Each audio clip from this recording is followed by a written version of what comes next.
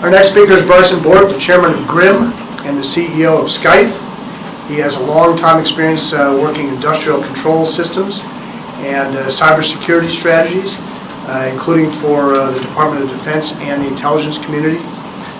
Bryson's a former U.S. Army officer, and he's got his degrees from West Point, the University of Maryland, and the University of Florida. And thank you very much.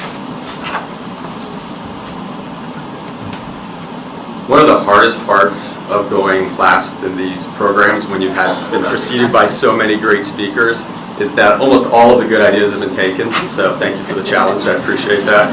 I'm going to curtail some of my remarks in those areas and more just acknowledge what some speakers said to add to that.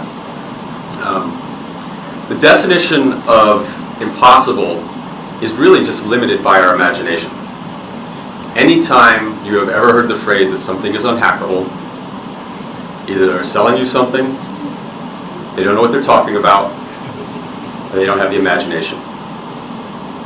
If a DC sports team can win a championship, go Caps. Anything is possible. This problem is not just one of cyber. We see a lot of discussion that provokes fear, uncertainty, and doubt. We see a lot of researchers using that to gain traction. We also have to keep in mind that while we are providing for the public safety, part of that is also the psychology of thinking of the public trust. And how do we encourage that? While at the same time, of course, is maintaining transparency. What's also interesting is we are creating the hole and digging it deeper. We are adding more computers. Not just IoT in our consumer lives, but all of these facilities are adding more computers. So why are they doing that? From a hacker perspective, you're increasing surface area. Surface area gives me more purchase to gain access, to gain control, and to do something. Well, the reason we're doing that, of course, is, as Stuart was saying, I mean, one, it's to meet the demand. Electric cars, things like solar. If you think about that, we've changed and flipped the script from power providing just to the consumer to now the consumer provides power back to the grid. That is a very, very different architecture than the past. We also like the benefits of the increased uptime, resiliency, and efficiency. Kate, I am going to have to talk about the Black Hat training as one of those Black Hats who provides that training, as well as a co-founder of a nonprofit called the ICS Village. We provide hands-on experience because we found that there are three demographics. One is the layperson. This may surprise a lot of people in this room, but most people don't know what an industrial control system is. It is some obscure, obtuse computer somewhere. Do you want a simple definition? It's any computer that's at least 20 years old.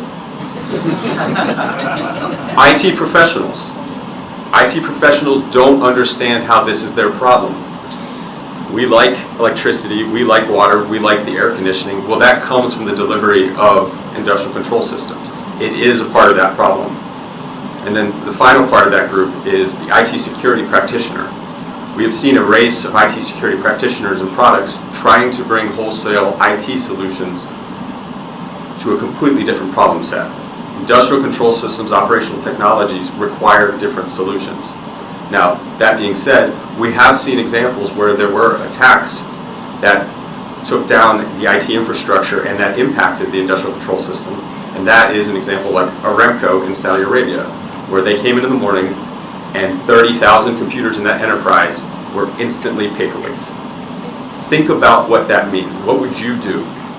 They didn't attack the complicated systems. Several of the speakers earlier have talked about a lot of the very simple tricks. Hackers are lazy. Did you know that? Hackers are lazy. Hackers have bosses. Hackers have budgets. It's not unlimited. They're not all-knowing. When we talk about the language we use, I hear attack thrown around a lot. Not everything maliciously done is an attack. Just like this is not a cyber problem. A lot of what we're seeing in the United States is not attacks yet. They are setting up geopolitical levers so that in the future, when they want to cause a specific effect to determine what we do, maybe in their part of the world, maybe to influence something economically, that lever is there. These systems are complex. These systems are made to handle natural disasters and have brilliant people who've been working this problem on all sides for a long time. So error is a huge barrier of entry as an attacker to be able to patiently work your way through to set that lever in place and wait. When we talk about an attack, I like to use the military definition of causing an effect. There's 5 effects. I deny, I deceive, I disrupt, I degrade, and I destroy. Clear physical effect. Not just malware doing something, but doing it for a purpose that has a physical effect. Reconnaissance is not an attack. Putting listening posts are not an attack. And the reason I bring that up and I sort of pound on that is that we have to change the language to be, 1, more accurate, and 2, going back to maintaining the public trust and not causing as much panic about these things. Bill mentioned earlier about a lot of the Department of Energy initiatives, so I won't go into a lot of that other than to call out just kudos to Secretary Perry and his team.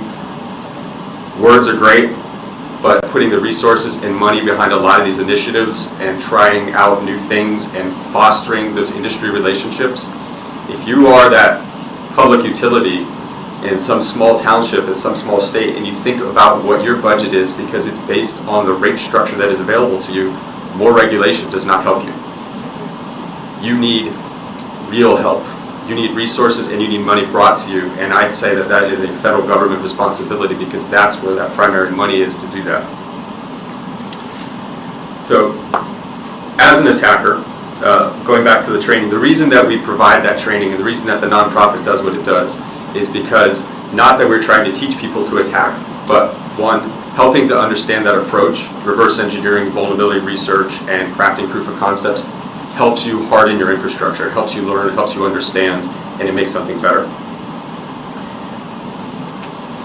One of the most common approaches, and Jim mentioned this when we were talking about also with Trisis, is phishing, email. Why does that work?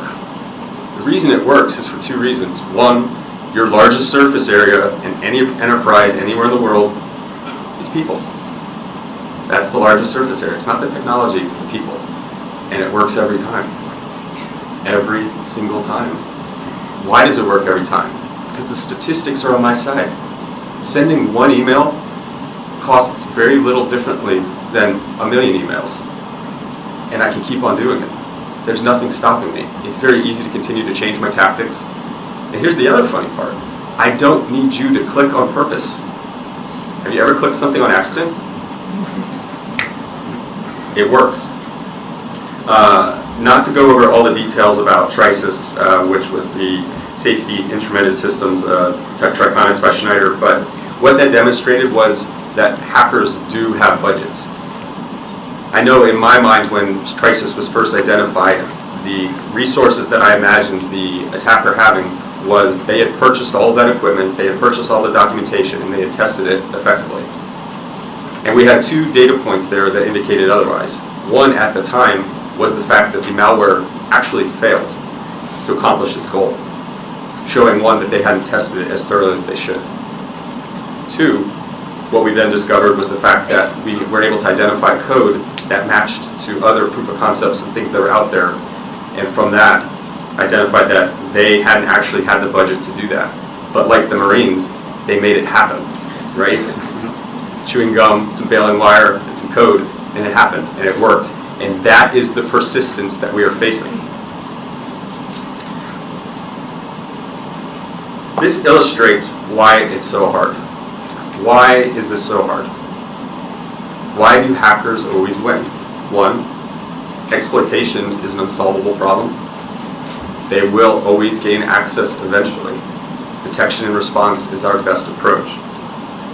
The other thing is, many times they're not hacking equipment. As we talked about, the largest surface area being people. If I tell something to do something through normal use that breaks normal operation, that's hard to identify. That is not one of these things where there's all of a sudden some evil bit and some red light goes off and we figure it out. Typically we figure it out after the lights go out. In summary, While we started off with the definition of impossible, what is possible is all of us working together to make a safer world. Thank you. Thank you.